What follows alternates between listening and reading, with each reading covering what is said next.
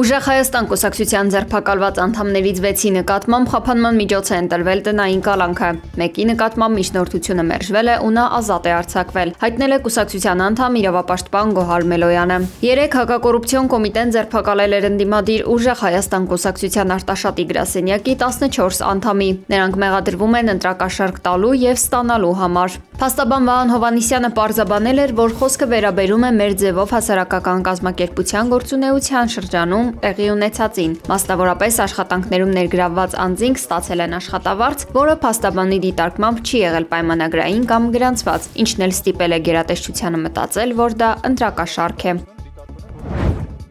Ուժեղ Հայաստան կուսակցության անդամների ու համակիրների ձերբակալությունները հայտնվել են միջազգային առաջատար լրատվամիջոցների ուշադրության կենտրոնում։ Հեղինակավոր Reuters լրատվական գործակալությունը անդրադարձել է այսօր տեղի ունեցած իրադարձություններին, նշելով, որ հունիսին սպասվող խորհրդարանական ընտրություններից առաջ Հայաստանի հակակոռուպցիոն կոմիտեն ձերբակալել է ընդդիմադիր կուսակցության 14 անդամի։ Լրատվամիջոցը շեշտել է, որ սա վերջին օրերի միակ դեպքը չէ։ Հոդվածում Reuters-ը խոսել է նաև Ուժեղ Հայաստան կուսակցության վարկանիշի մասին, նշելով, որ ըստ հարցումների կուսակցությունը երկրորդ տեղում է։ Հայաստանի ազգային ժողովի նախագահ Ալեն Սիմոնյանի գլխավորած պատվիրակությունը Ստամբուլում մասնակցում է միջխորհրդարանական միության 152-րդ վեաժողովի լիագումար նիստին։ Վեաժողովի ընթացքում Ալեն Սիմոնյանը արդեն իսկ կարճատև զրույցներ եւ մտքերի փոխանակում է ունեցել տարբեր երկրների պատվիրակությունների ղեկավարների, այդ թվում Ռուսաստանի Դաշնային խորհրդի նախագահ Վալենտինա Մատվիենկոյի եւ Ադրբեջանի Միլի Մեջլիսի նախագահ Սահիբա Գաֆարովայի հետ։ Ոստիկանությունը պետության ողնաշարն է եւ այդ ողնաշարը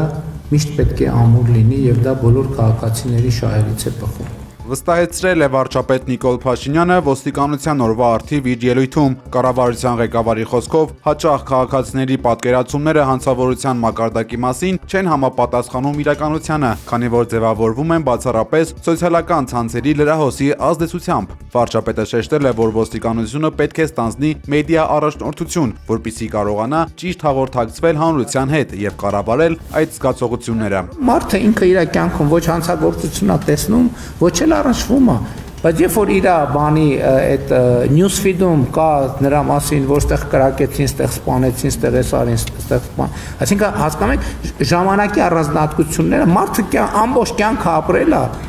ոչ մեկ իրան ոչ ասել աչքիդ վերևը ունք կա, ոչ մեկ ոչ մի անգամ ոչ մի հանցագործության հետ չի առնչվել, բայց ժամանակի առանձնահատկություններն է, որ մարդը ասում է, ինչ է կատարվում այս երկրում, այս հանցագործության մեջ բան առնում, բայց ինքը անձամբ երբեք ոչ մի բան չի առնչվել, չի էլ առնչվելու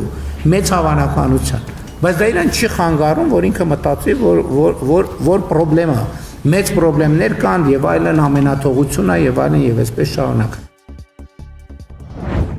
Ադրբեջանը շարունակաբար դիմում է ներկայացնում մարդու իրավունքների եվրոպական դատարան, խնդրելով վերացնել միջանկյալ միջոցը, որով պարտավորվում է պարբերաբար հաշվետվություն ներկայացնել երկրում պահվող հայ գերիների պահման պայմանների եւ նրանց առողջական վիճակի մասին։ Այդպիսի հերթական դիմումը Միեդի կողմից մերժվել է, ինչպես հայտնում է միջազգային եւ համեմատական իրավունքի կենտրոն հասարակական կազմակերպությունը, կառույցն Ադրբեջանին պարտավորեցրել է ներկայացնել հայ գերիների դեմ հարուցված քրեական վարույթի շրջանակներում կայացված դատավճիռների պատճենները կամ այդ դատավճիռների ամփոփագրերը, որոնք պետք է ներառեն դատավճիռ կայացրած դատավորների հիմնավորումները գործում առկա ապացույցների վրա հիմնված։ Զեկույցը պետք է ներառի նաև առողջական վիճակի եւ պահման պայմանների տվյալներ եւ ներկայացվի մինչեւ օգոստոսի 31-ը։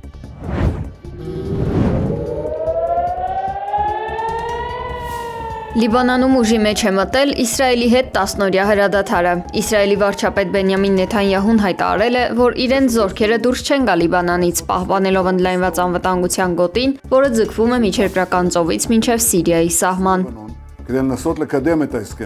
Իրանը ողջունել է Լիբանանում հրադադարը, հայտարարել է Իրանի արտաքին գործերի նախարարության խոսնակ Էսմայիլ Բաղային։ Նա ընդգծել է, որ Լիբանանում հրադադարը Իրանի եւ Միացյալ Նահանգների միջև հրադադարի պայմաններից մեկն էր։ Մինչ այս մամուլում լուրեր էին պտտվել, թե Լիբանանի նախագահ Ջոզեֆ Աունը հրաժարվել է խոսել Իսրայելի վարչապետ Բենյամին Նեթանյահուի հետ։ Լիբանանի պաշտոնյաներն Իսրայելին եւ ԱՄՆ-ին ասել էին, որ հետագա բանակցություններ չեն վարի, մինչեւ Իսրայելի եւ Հեզբոլլահի միջև հրադադարի իրականացնելը։ Հրադադարի լուրը հաստատել են նաև Հեզբոլլայից։ Խմբավորման բարձրաստիճան ներկայացուցիչներից մեկը հայտնել է, որ զինադադարի պահպանումը կախված է Իսրայելի ռազմական գործողությունների բոլոր ձևերի դադարեցումից։